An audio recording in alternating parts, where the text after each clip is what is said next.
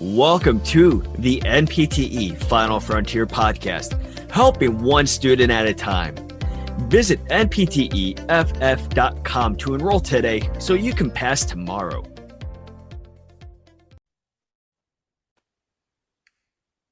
Thank you for joining us here on the NPTE Final Frontier podcast.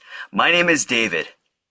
And my name is Emily. Today, we are tackling a neuro topic for the NPTE, which is understanding the differences between a right and a left cerebrovascular accident, or CVA. So let's kick things off with a practice question, David. All right, here's the question. A patient presents to outpatient rehab following a cerebrovascular accident.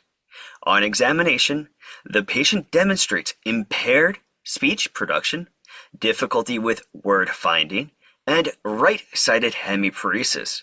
Which of the following most accurately describes the location of the lesion?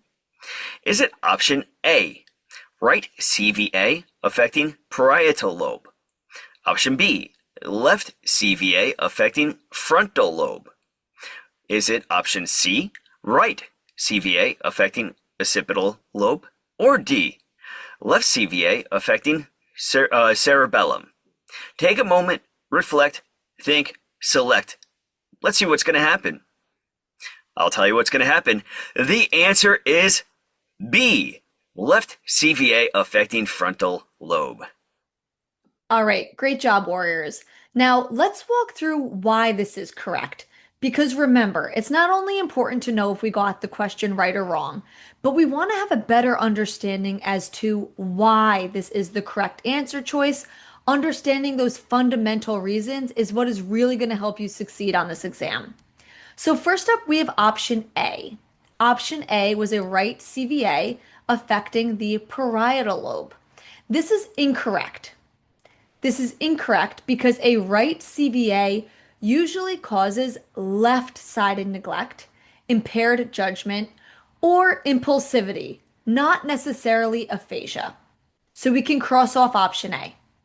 Next up, we have option B, which, like David just told us, option B is in fact the correct answer choice. This was a left CVA affecting the frontal lobe. The reason this is correct is because this is where our Broca's area lives. This explains the speech difficulty. Plus, some motor weakness will be contralateral, so right hemiparesis does match that left hemisphere involvement, which is why option B is correct. But let's also look at C and D. So first up, we have option C. Option C was a right CVA affecting the occipital lobe. We already know it's not a right CVA, but let's look at the occipital lobe. This would cause visual field deficits, not language impairments. Remember, occipital lobe would be visual field deficits, not language impairments, which is why we can cross off option C. And then finally, option D, we have a left cerebellum or left CVA affecting the cerebellum. The reason this is incorrect is because this would cause more what? This would cause ataxia or coordination issues. Again, not aphasia or hemiparesis. So again, that's a great summary as to why option B is the correct answer choice.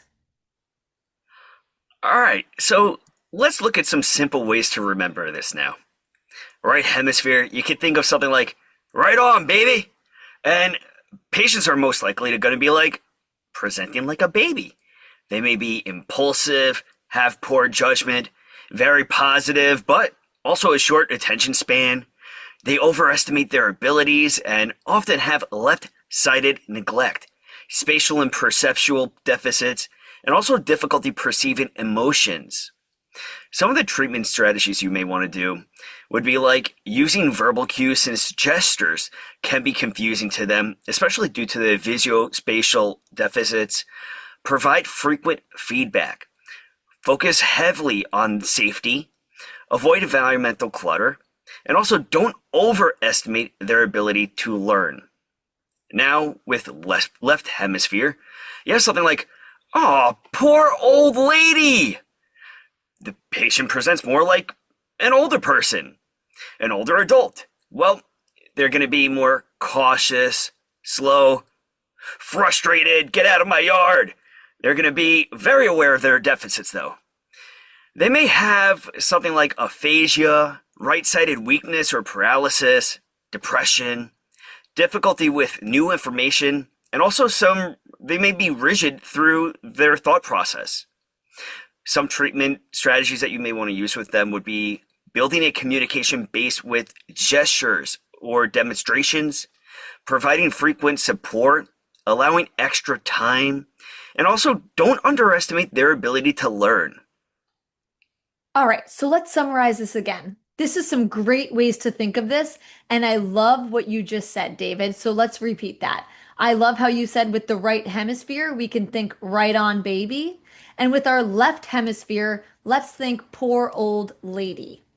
So remember, with the right CVA, we're thinking more impulsive, neglect, or our patients would be at a safety risk. So we want to use things like verbal cues and really emphasize safety with them. Now, our left CVA, they're going to present a little bit more cautious, might have some aphasia, and they'll be frustrated. So for them, we want to use techniques more like gestures or demonstrations, as well as patience. We want to be patient with these patients. Always good to be patient with patients. So, on the examination, you're going to be wanting to look for a few clues to help you out with the questions. So, the first clue would be like the side of the weakness and the paralysis. That is going to tell you contralateral lesion. And if it's going to be another tip would be behavior or communication style. That's going to tell you which hemisphere. So the first one's going to tell you the contralateral lesion, and the other one, the hemisphere. That's going to help you out a ton. Exactly. Great, David. So also remember, aphasia or communication deficits is associated with which side? That would be our left side, which means more neglect, impulsivity, or poor judgment is our right side. Now that you heard our episode, here is a quote from Emily Dickinson. The brain is wider than the sky. Just like the brain, you and your brain have so much potential out there. So you gotta keep on fighting. You gotta recognize what you got. And you gotta keep on going because the sky is your limit. So go get it. You are powerful. You are strong.